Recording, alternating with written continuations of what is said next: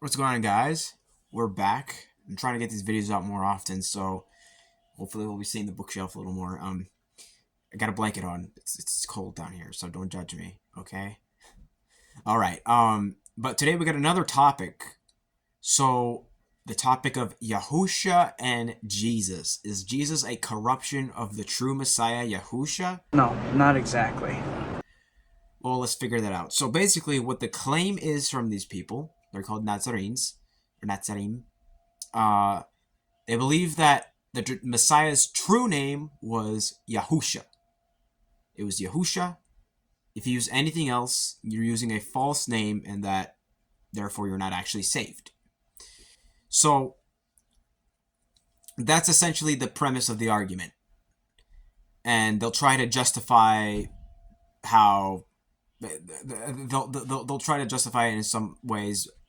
Not really many strong arguments. If there are any, leave them down below and I can try to address them, but I really don't know any strong, like, they'll say that this Greek is a corruption, so it's actually in Hebrew or something like that. They don't really have any arguments for why I have to use the name Yahusha. They just try to argue that Jesus is a pagan name. And I can address that in future videos. It's really simple. Their arguments are based on a lot of misunderstandings. But anyways, I'm here to present my arguments on this. Why I don't think the name Jesus, or in Greek, Jesus, is a corruption of Yahusha. It is simply a transliteration. So first of all, transliteration is where you convert a name from one language to another. So, I mean, for example, my name, John, in Spanish is Juan. I don't know if Juan, yeah. So that's not a different name. My grandmother all the time calls me Juan. So I don't go, hey grandma, why are you changing my name, grandma? My name is John, not Juan. No, I go with it. And the reason why there's transliteration is just because for convenience. So think about like these names in Greek or Hebrew or other ancient languages, and today primarily the language is English or Spanish. Or we don't really speak these languages anymore. Mostly, I mean Hebrew today and Greek, but you know they've evolved somewhat. I think Hebrew hasn't evolved that much. I think they just adopted vowel points, but that's about it. But yeah, that like even the ancient languages are evolved. So it's for convenience. The reason we have transliteration is not to corrupt names or change them. It's for convenience, so it can be easier to pronounce. A Spanish-speaking person might be able to pronounce the name Juan a lot easier than John. So that's the reasoning behind transliteration. It's not to corrupt names and hide them. It's not to change them. They're the same names in different languages. Just like saying hello is the same thing as saying hola. They're not two different words. They're the same word in two different languages. So that's a basic definition in defense of transliteration, and I'll put forth a challenge. If you disagree, give me a single verse in the Bible, anywhere in the Bible, Old or New Testament, I don't care, that condemns the usage of transliteration. I'm looking through my Bible here this morning, and I can't see anything that says anything about your opinion. Just one single verse. That's all I'm asking for. A single verse that condemns transliteration. And we'll get to that a little more in a second, because I'm going to defend transliteration even more. That's basically the premise of the video. So what I'm going to be showing you is, I forgot to mention the other claim they have, that Jesus was actually created by Constantine. That's what they say. They'll say that if you follow Jesus, you follow Constantine. Because Constantine was created by Jesus. That's the claim. So if I show that the name Jesus, or Jesus in Greek, actually predates Constantine, I'm going to include Christ also for this. Jesus or Christ or both. If I can show this name predates Constantine, then it stands to reason that this wasn't a name that Constantine created. In fact, it already existed. And some of these are coming from sources like Bible manuscripts or church fathers. So we'll get into that in a second. Let's start off with the one that's sort of getting popular today, the Megiddo Mosaic. The Megiddo Mosaic was technically found like 19 years ago, but it gained popularity popularity today, like literally 2 weeks ago. Also, the Megiddo Mosaic is nowhere near as good as the Dead Sea Scrolls. And essentially, it has a few inscriptions, and one of the inscriptions says something along the lines of the God-loving Akeptus dedicates this to God Jesus Christ, something along those lines. And that phrase, or God Jesus Christ, guess what language the inscription is in? Greek. And it has abbreviation, so I think the abbreviation is pronounced, if I'm not mistaken, Tho Ye Ko, I think. So in Greek, that would be Theos Jesus Christus, or technically, grammatically speaking, it would be more like Theo Iesu Christo, I think. But I don't know. I might be wrong on that. If someone's better than me on Greek, then correct me. But I think that's how it would read. Anyway, so that is the name Jesus being used by Constantine. No, because the Megiddo Mosaic actually predates Constantine by about 100 to 150 years. So, no, the Megiddo Mosaic is actually a usage of the name Jesus before Constantine. So this is showing that early Christians definitely used the name Jesus. So that's a more easier one to use, but there's more arguments I have. So next up we have I'm gonna go next with Tacitus. Tacitus, a Roman historian from, I believe, the 1st century, if I'm not mistaken. Maybe early 2nd century, but he's very early on. In his book, Annals, I'm not sure how it's pronounced, but in his book, because he's a historian, he actually documents stuff about Christians and Jesus, and he uses the term Christus in Latin, Christus, to refer to the Christ that was crucified. So right there, you see that the term Christ is not a corruption. It is just the Greek version for saying Messiah or Mashiach, I think it's in Hebrew.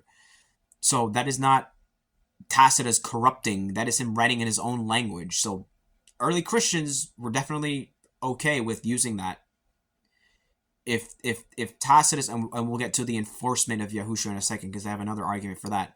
But it seems like if Christians were having a problem with the term Christos or Jesus or Christus or Jesus, they would have said something, and we'll get into that in a second. So I think this is also another text that demonstrates the reliability of using the name Jesus and Christos, or Jesus Christ. Next up, I'm going to go with P75.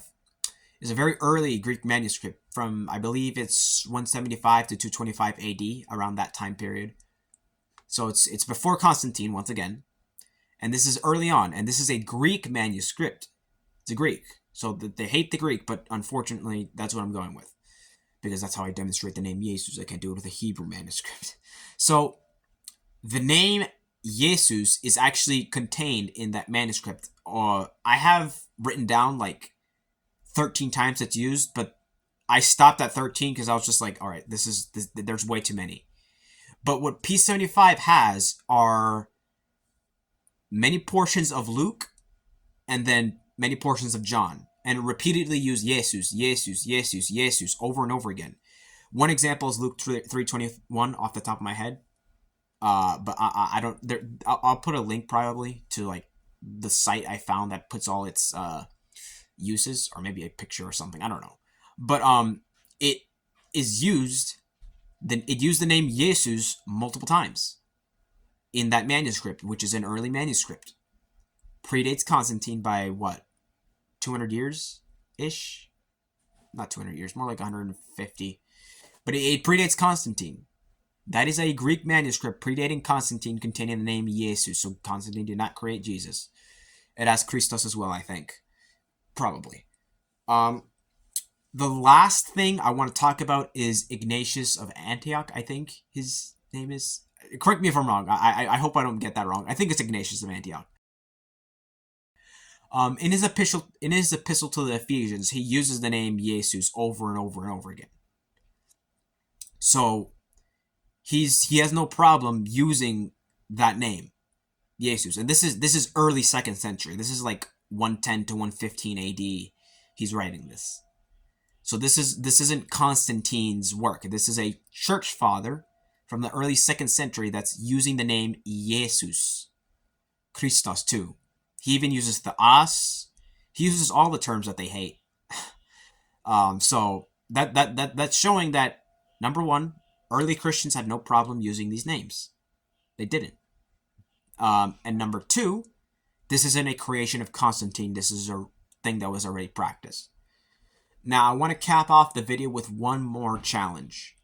I want to challenge these people to show me any historical or biblical evidence that the name Yahusha was enforced and the name Jesus was denied. Just show me any historical or biblical evidence that that's the only name that was allowed for Christian. Like any strict warning to no, don't not use any other transliteration, because Tacitus was using the term Christus.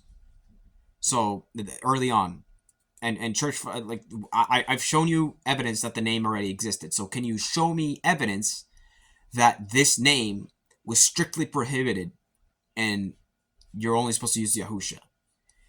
If you can show me that, then, well, I think that there should be plenty of reason for me to leave Christianity. But unfortunately, I'm not aware of any historical evidence that such a text or any law or whatever exists. Now, before this video ends, I just want to say one more thing. If I see one comment saying, "Seek and you will find, keep doing research and you're going to come to the truth," I'm going to take my phone and throw it across the room. I just gave you 4 pieces of evidence, and there's a lot more than this that shows that the name Jesus is not an invention of Constantine. It's an authentic name that were used by early Christians. And on top of that, John Truth says all the time, I'm giving you the proof, showing you the proof. I'm going to show you more proof. I'm going to show you more proof, family. That's exactly what I did. I showed you the proof. Now, you have two options right now. You either refute the proof I gave, or just move on, accept defeat. Don't waste my time with seek and you will find, because I sought out evidence and this is what I found. There's nothing left for me to find, all right? This is it. Okay, that's the end of the video. Goodbye.